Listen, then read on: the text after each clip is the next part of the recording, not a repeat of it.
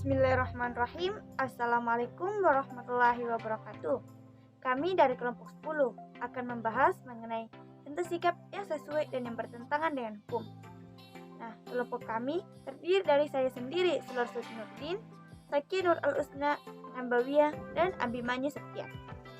Nah, langsung saja kita masuk ke pembahasannya. Contoh sikap yang sesuai dengan hukum. Contoh sikap yang sesuai dengan hukum itu seperti yang pertama, dalam lingkungan masyarakat.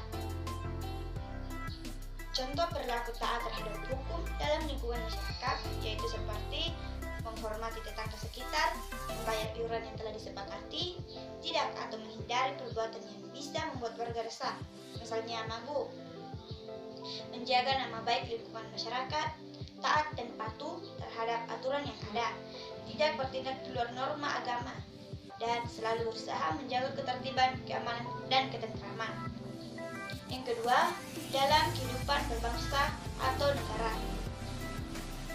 Contoh bentuk sadar hukum di dalam lingkup bangsa dan negara diantaranya menjaga kelestarian alam sekitar, menjaga kebersihan lingkungan, misalnya membuang sampah pada tempatnya, menjaga nama baik bangsa dan negara, membuat atau memiliki kartu tanda penduduk atau KTP jika sudah cukup umur, mempunyai surat izin mengemudi atau SIM ketika mengendarai kendaraan, membayar pajak, taat dan patuh kepada aturan yang telah ditetapkan, dan menghormati antara sesama warga negara. 3. Dalam lingkungan keluarga, setiap anggota keluarga mesti bisa mengembangkan kesadaran diri dengan cara membiasakan sikap atau berperilaku diantaranya seperti berikut. 1. Patuh terhadap orang tua. 2. Menjaga nama baik keluarga. 3. Menghormati anggota keluarga. 4. Menaati aturan yang telah diputuskan bersama. 5. Mendengar nasihat terutama dari orang tua dan melaksanakan ibadah tepat waktu. 4. Dalam lingkungan sekolah, adapun contoh sikap taat terhadap hukum di sekolah yaitu 1. Memakai seragam sekolah sesuai jadwal atau hari.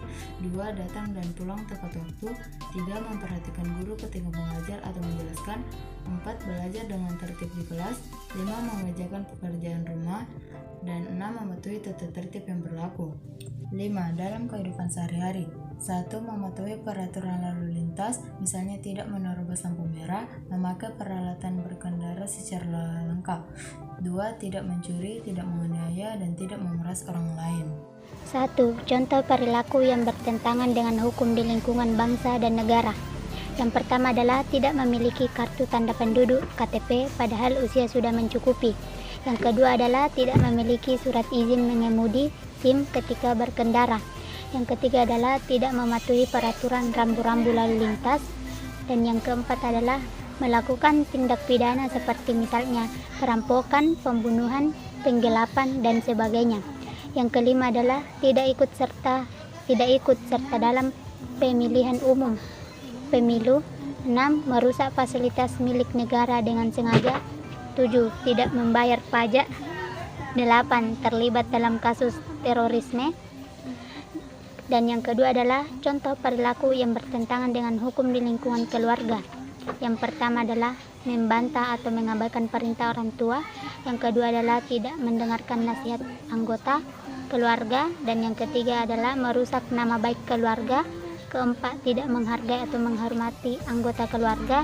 Yang kelima, tidak melaksanakan ibadah. 6. Menonton TV hingga larut.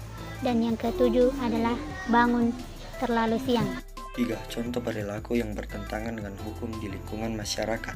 1. Tidak ikut serta dalam kegiatan gotong royong tanpa alasan yang jelas.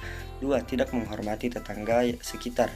3. Tidak membayar iuran yang telah disepakati.